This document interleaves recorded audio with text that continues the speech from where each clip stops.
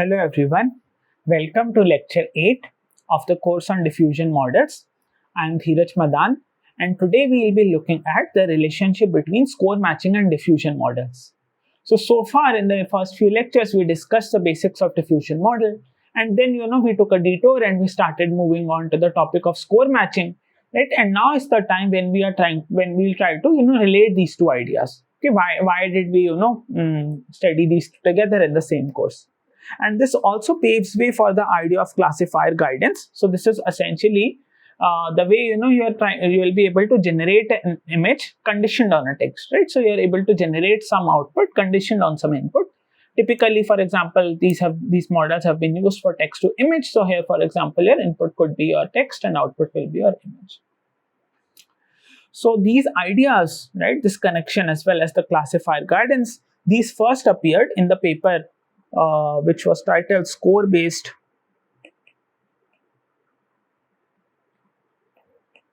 Generative Modeling through Stochastic Differential Equations.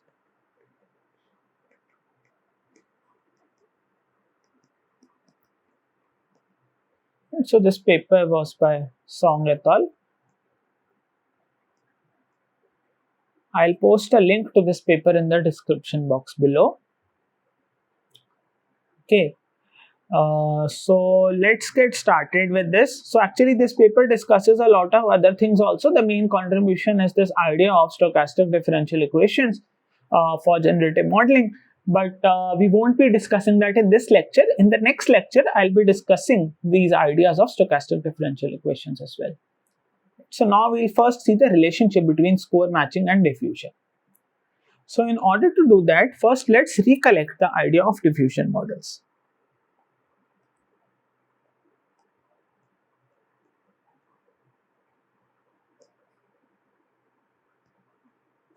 So diffusion models are essentially, it's a way of defining a hierarchical variational autoencoder. When I say I have a hierarchical variational autoencoder, it's essentially a variational autoencoder where there are multiple steps of latent variable sampling, right? And then, however, the catch is that the posterior distributions, of the one latent variable conditioned on the previous one, that is already determined, right? So it is not parameterized at all. So essentially, the way we define these posterior and likelihood sort of distributions is via these Markov chains. So the posterior, or also known as the forward process, posterior distribution or the forward process is essentially a Markov chain which looks as follows. So what I have is that I have my data x0, and conditioned on this data I have x1, conditioned on x1 I have x2, and all the way up to x capital T. So the distribution I am defining is that q of x1 given x0, q of x2 given x1, and so on. So each of these terms is defined as follows, that q of xt given xt minus 1 is essentially normally distributed with mean root alpha t xt minus 1 and variance 1 minus alpha t I. These alpha t are predetermined hyperparameters.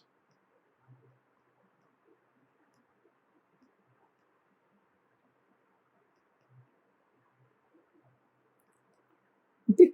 And essentially it's a sort of a diagonal covariance matrix, or essentially every diagonal covariance matrix, and in fact it is a multiple of identity, which means that essentially all the entries of these vectors, right? So essentially they are all sort of independent of each other, as well as the fact is that they all have equal amount of variances. Only the mean is changing based on the previous value of xt minus 1. So there are no parameters here. That's the catch here. There are no parameters to be learned in the forward process.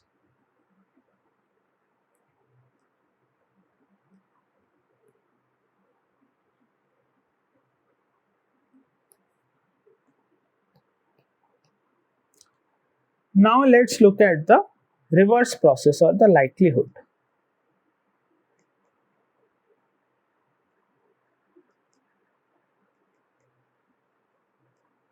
So here we start from xt, right, which is supposed to be standard normal. So here, in fact, even here, the xt which we should get in the end should come from standard normal distribution.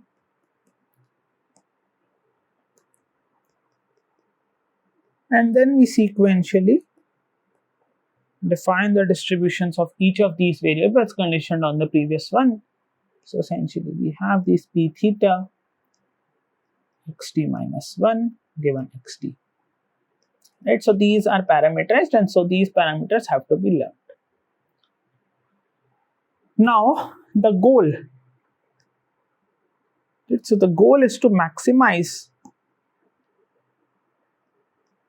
with respect to theta the elbow as a function of theta, and this is nothing but maximize with respect to theta of expectation of q of x1 up to xt given x0 log probability of x0 x1 up to x capital T over q of x1 up to xt given x0. Right. Now let's look at this term.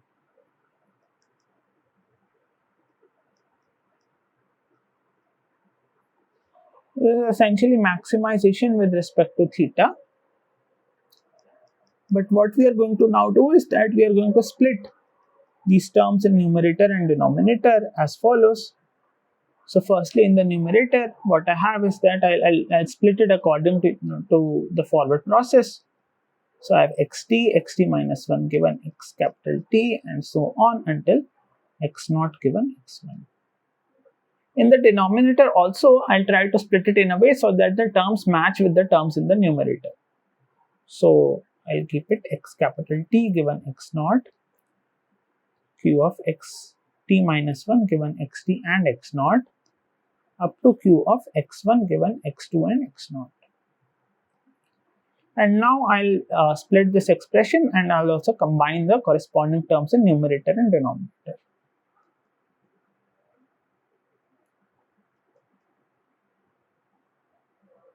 So I have this term xt over q of x capital T given x0, and then I have all the remaining terms up to x1 given x2, which combines with x1 given x2 and x0. So that the sum over small t from 2 to capital T expectation over q of log p theta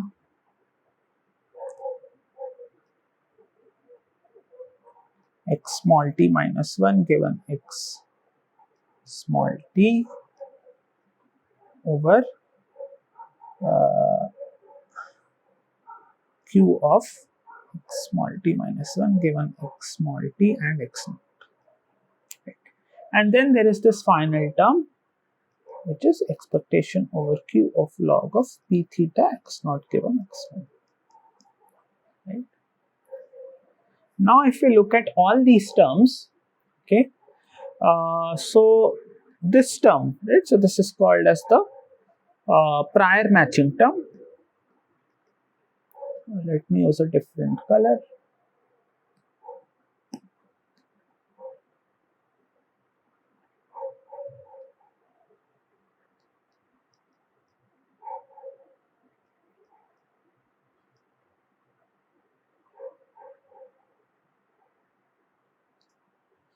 Okay, so this does not have any parameters at all, right? So if I'm maximizing with respect to theta, this is just a constant, so I can throw it away. Right. And then I have these terms. So these are the KL matching terms.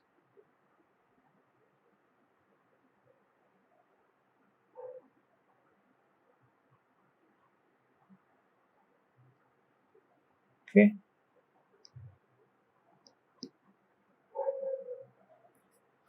And I have terms. So this is the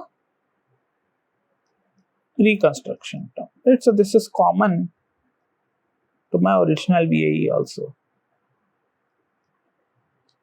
Okay. Now if I have to maximize, so actually if you like write it down, this is actually not KL, but it's actually negative of KL. So if I'm maximizing with respect to theta, I'm trying to actually minimize the KL part over here. And the thing is that if I'm minimizing KL, right, so this distribution Q of xt minus 1 given xt and x naught, so you can actually derive this sort of distribution, right? And okay, by the way, so these expectations are essentially between, okay, so I'll actually have to rewrite this sort of term. So these expectations are over xt minus 1, xt and x naught, but I'll write it as follows.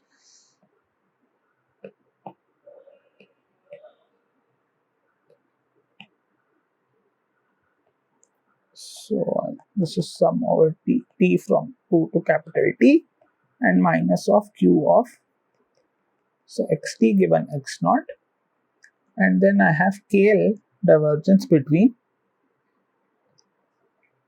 q of xt minus 1 given xt and x naught and p theta xt minus 1 given xt. Okay, so I have this sort of a KL divergence term over here.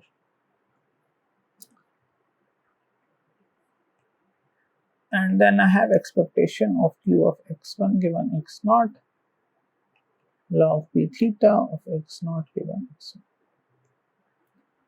Okay, so there is a negative KL divergence term I have over here. Okay, and if I plan to sort of maximize this quantity, I will have to minimize these sort of KL divergence terms.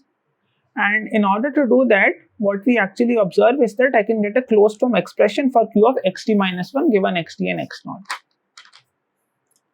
So q of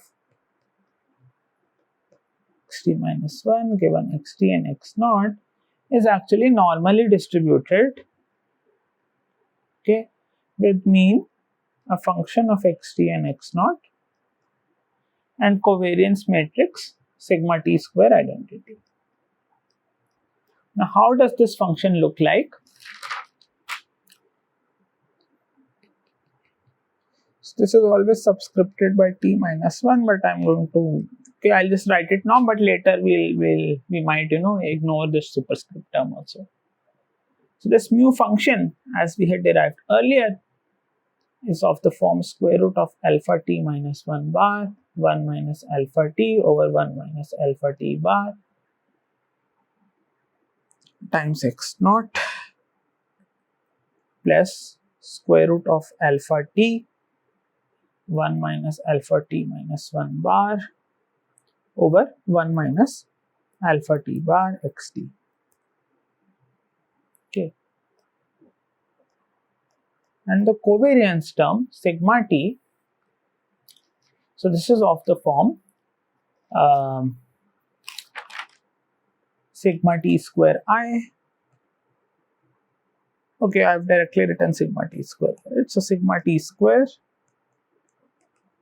So this happens to be 1 minus alpha t minus 1 bar over 1 minus alpha t bar times 1 minus alpha t. Right. So in order to derive it, first you will have to show that q of xt given x naught is normally distributed with mean square root of alpha t bar x naught and variance 1 minus alpha t bar I, and then you apply Bayes rule and then you can derive q of xt minus 1 given xt and x naught. So it's more of calculation exercise which we have done in the second lecture of this course, so I'm not repeating that. Do have a relook at that if it has been quite a lot of time. Okay, but once you get these expressions, so essentially, okay, by the way, alpha t bar is just product of I from 1 to t alpha I. So essentially, since we have a closed form expression for q of xt minus 1 given xt and x naught, and essentially if I'm minimizing the KL divergence, I'll try to equate these two. So what I'll try to do is that I'll try to parameterize p theta xt minus 1 given xt also as a normal distribution, right? So firstly I assume that these two distributions have same form, okay, and the variance, since I already know sigma t, it does not have any parameters, so I can assume this to be of the same form sigma t square I. And now if I want to have a sort of a mean over here, so I'll make it, mean, which is mu theta, is some function of xt. Okay, and that's it, right? I don't have, any x naught over here, right? I can put it mu theta of xt and t, because essentially I'll use the same network for this. And now the idea is that what we do is that we assume that mu theta xdt also has the same form as my original mu, right? Which happened to be this. So this form. So essentially what that means is that I'll write it as square root of alpha t minus 1 bar over 1 minus alpha t bar times 1 minus alpha t times x naught. So x naught as a function of xt and t, right? Because I have xt, so from this xt I can try to compute x naught, right? And this is parameterized by some theta. And then the remaining term I can keep it as it is.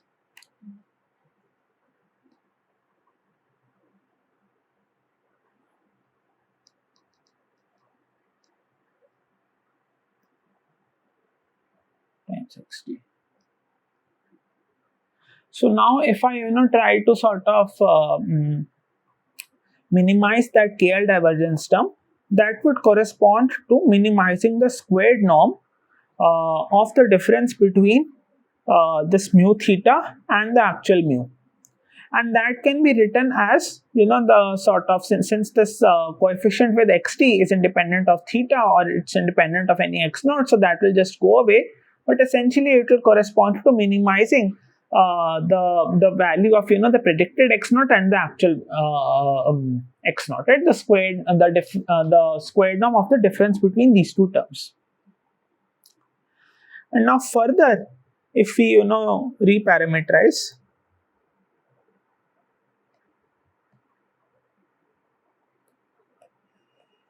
so xt as square root of alpha t bar x naught plus 1 minus alpha t bar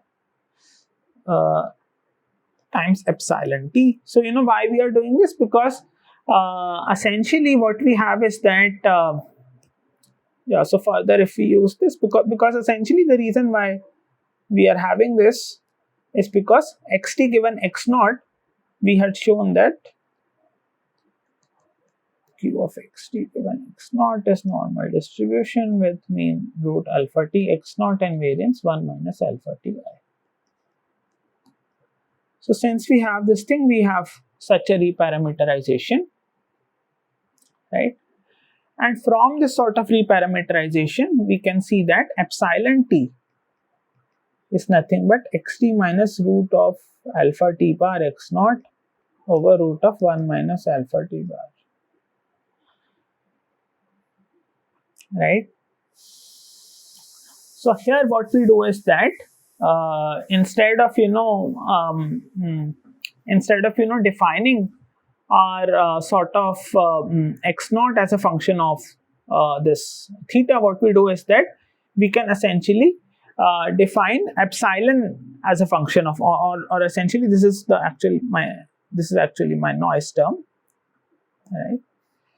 So what we do is that we can, instead of parameterizing x naught, what we can do is that we can parameterize our noise. Right? So if we know our noise, then essentially we know x naught also. Right? So essentially we reparameterize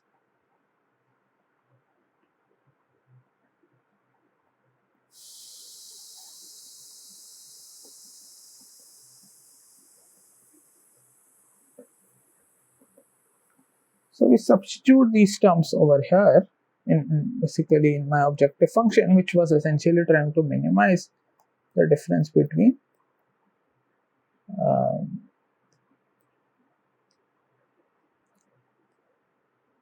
x naught theta xdt and my real x naught.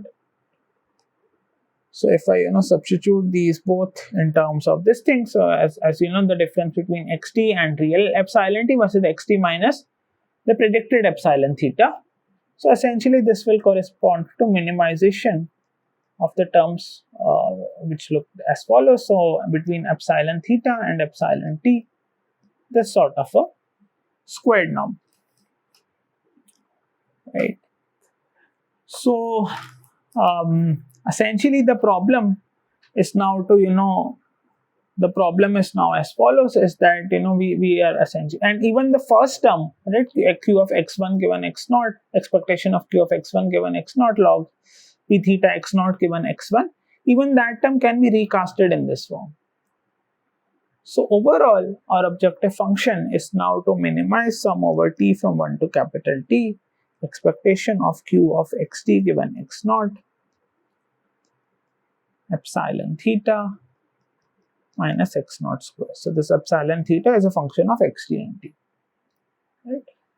So this has been our objective function for diffusion models.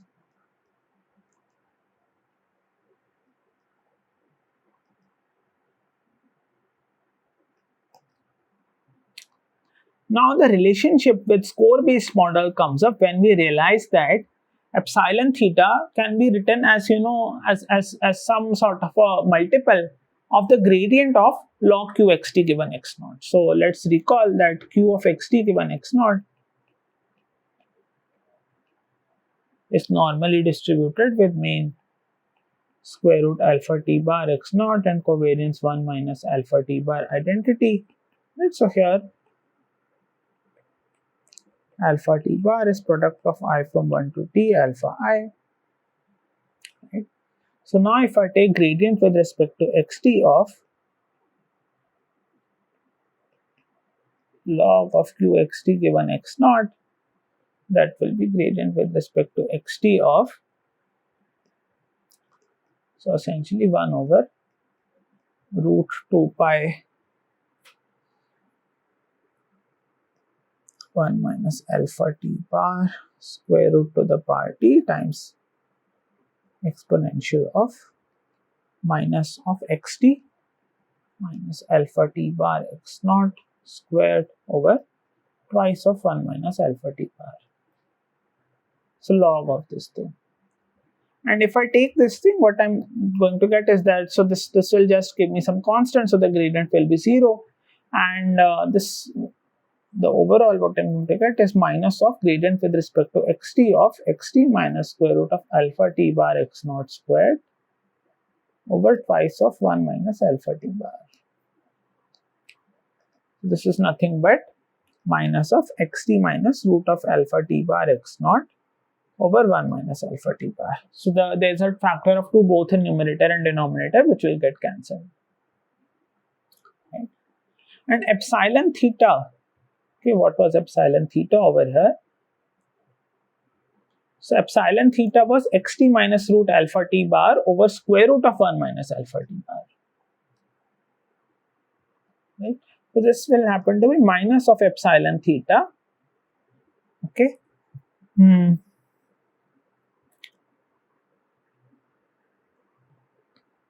or minus of sort of epsilon t over square root of 1 minus alpha t bar.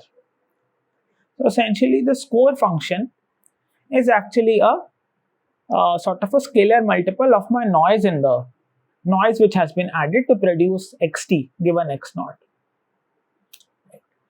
So essentially, so learning sort of this diffusion model, it requires, so basically, so given an x0, I sample a t, and then I basically add some noise to x0 to produce a noisy sample of xt given x0, and then I try to recover that noise. But recovery of noise is also equivalent to actually trying to recover back my score values, right? So essentially, this is so basically the score function. So this is actually my score function of x, t, and t. So essentially, what we do is that so over here, so when I have this sort of a term over here,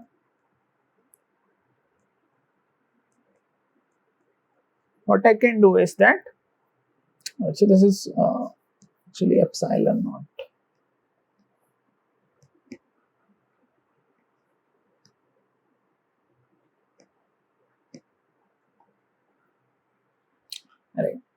So essentially what I can do is that I can write this entire objective only in terms of my score. So epsilon t can be written as minus of score times root of 1 minus alpha t bar. So essentially, so this is my real score, right?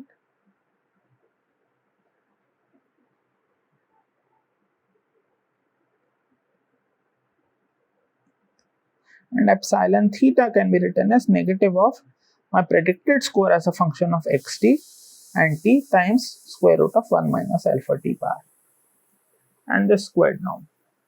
Right?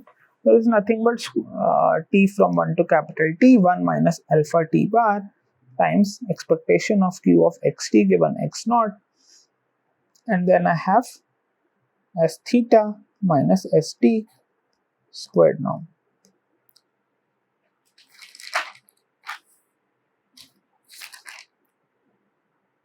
So this happens to be my particular training algorithm, and you can see that this objective function is very similar to the objective function we had for noisy score contrastive networks or noisy score conditional networks. So basically, so this st is nothing but gradient with respect to xt of log of q of xt given x naught. So xt's are essentially my noisy sort of samples with different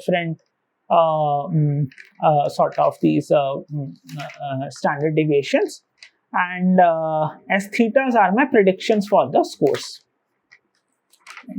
So we can see that the training algorithm is very similar to that of my actual noisy conditional score networks. Right? So essentially we have sum over t from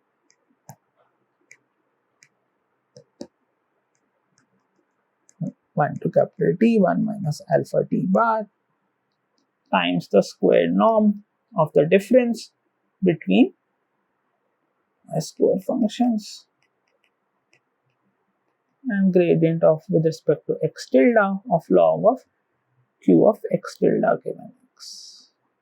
Right, so here, or I'll just call it q sigma t, where sigma t is essentially my sort of a scale, is essentially a sort of a variance term, right? So essentially, so here essentially qt of x tilde given x naught is normally distributed with mean alpha t bar x and covariance 1 minus alpha t bar I.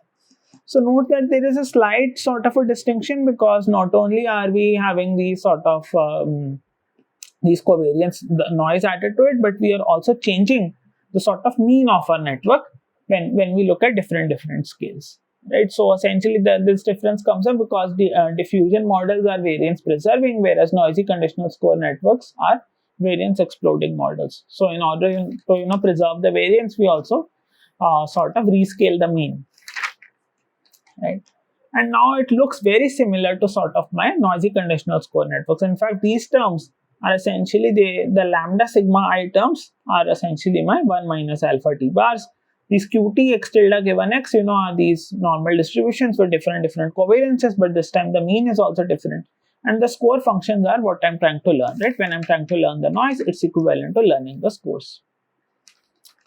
So the training algorithm, there is a strong resemblance to sort of these noisy conditional score networks. And in fact, even the sampling algorithm, the Anneal-Langevin dynamics, which we saw in the last lecture, that is also very similar over here, right? Why is that? Because in order to sample x naught, so to sample x naught,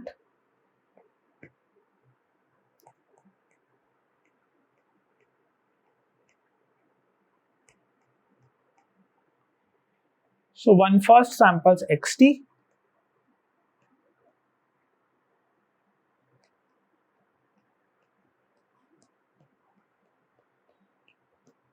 right? And then iteratively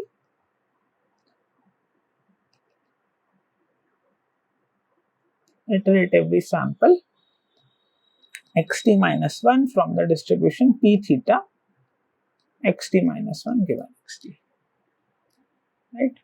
And how is this distribution defined? This is nothing but normal distribution with mean mu theta as a function of xdt and variance sigma t square identity, right? And the way we do it is that we have xt minus 1 equals xt.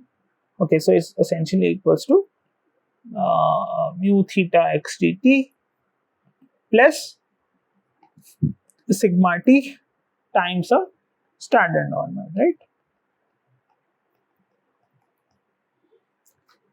And how do we have this mu theta defined? So mu theta we actually derive from xt and epsilon theta. So if we haven't discussed it this time, but what essentially we have is that, so mu theta, so if we look back, so mu theta is a function of x naught, which is predicted from xt and xt, right? And how is x naught predicted from xt? Well, in order to do that, we essentially need to so how do we get x naught from xt? So basically we are predicting noise, and then from that predicted noise and xt, we are able to get this x naught. So this particular x naught which we substitute over here, I can get mu entirely in terms of the noise predictions and xt's.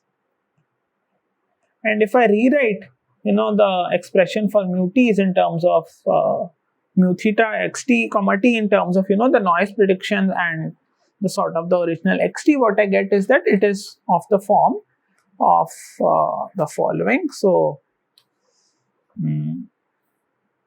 I have this equal to 1 over alpha t, the square root alpha t, xt plus the score prediction, right? So we are predicting either the noise or the score times 1 minus alpha t. Okay, let me first write it in terms of noise. So minus of 1 minus alpha t times the noise.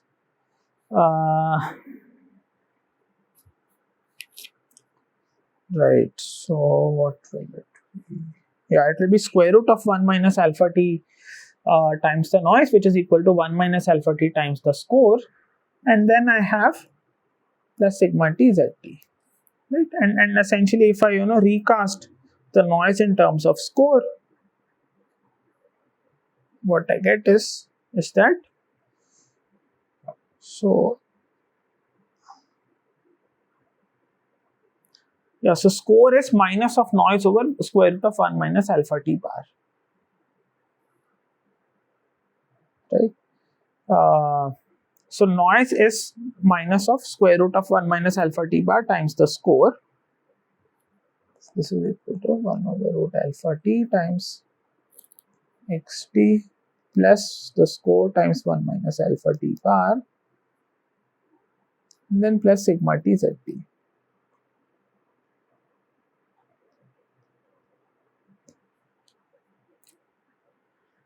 Right. So this is actually very similar to what we had for our annealed Langevin dynamics, because I had taken the previous time step, okay, which was xt, and then essentially I move some direction in the direction of scores, and then I also add some noise value to it, right? The scales or the coefficients are now slightly different, but like the nature is very similar to that of annealed Langevin dynamics, right? So annealed Langevin dynamics, if you recall, so that had the form of xt equals xt minus 1 plus gradient with respect to x of log of pxt or px at x equals xt minus 1, and then I have square root of, so this was epsilon times this thing, but plus square root of 2 epsilon times zt. So it's essentially very similar, because now these are my score functions and I have my previous xt and I also have noise. But the thing is that the previous value is also scaled over here, right, which was not there in terms of the Langevin dynamics. But essentially the nature is quite similar. And this also paves way for classifier guidance.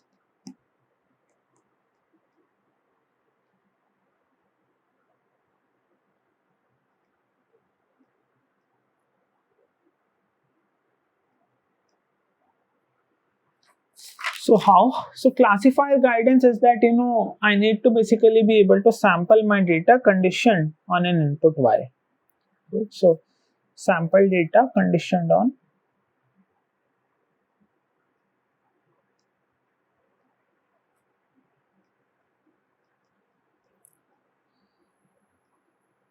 input y. This could be, for example, some text sort of input also.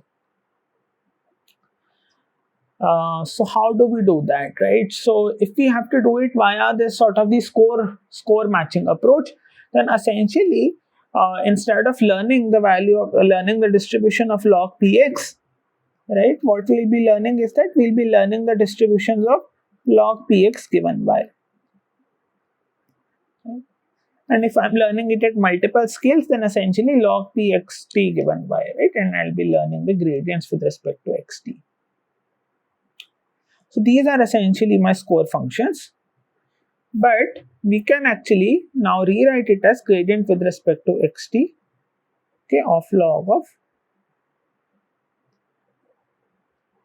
p of y given xt times p of y,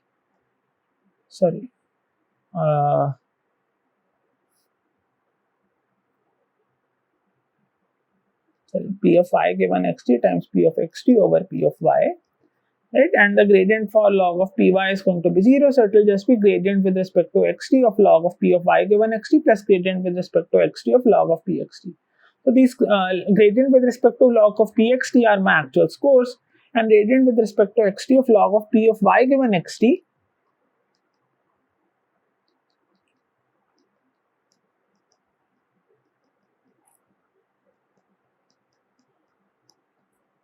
so these are my scores. And in order to get this thing, what we do is that learn a model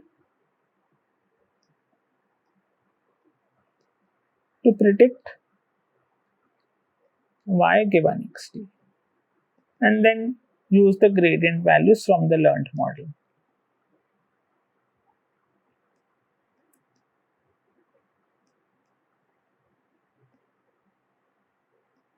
This is essentially the idea of classifier guidance, and you can see that you can easily do that for a score based models.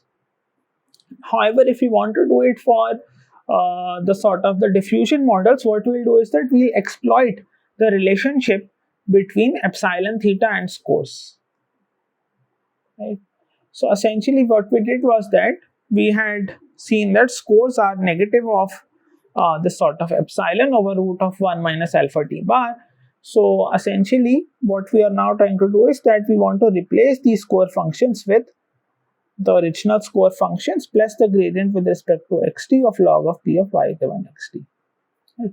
So this corresponds to changing the value of epsilon theta to be the old value of epsilon theta, right, minus square root of 1 minus alpha t bar times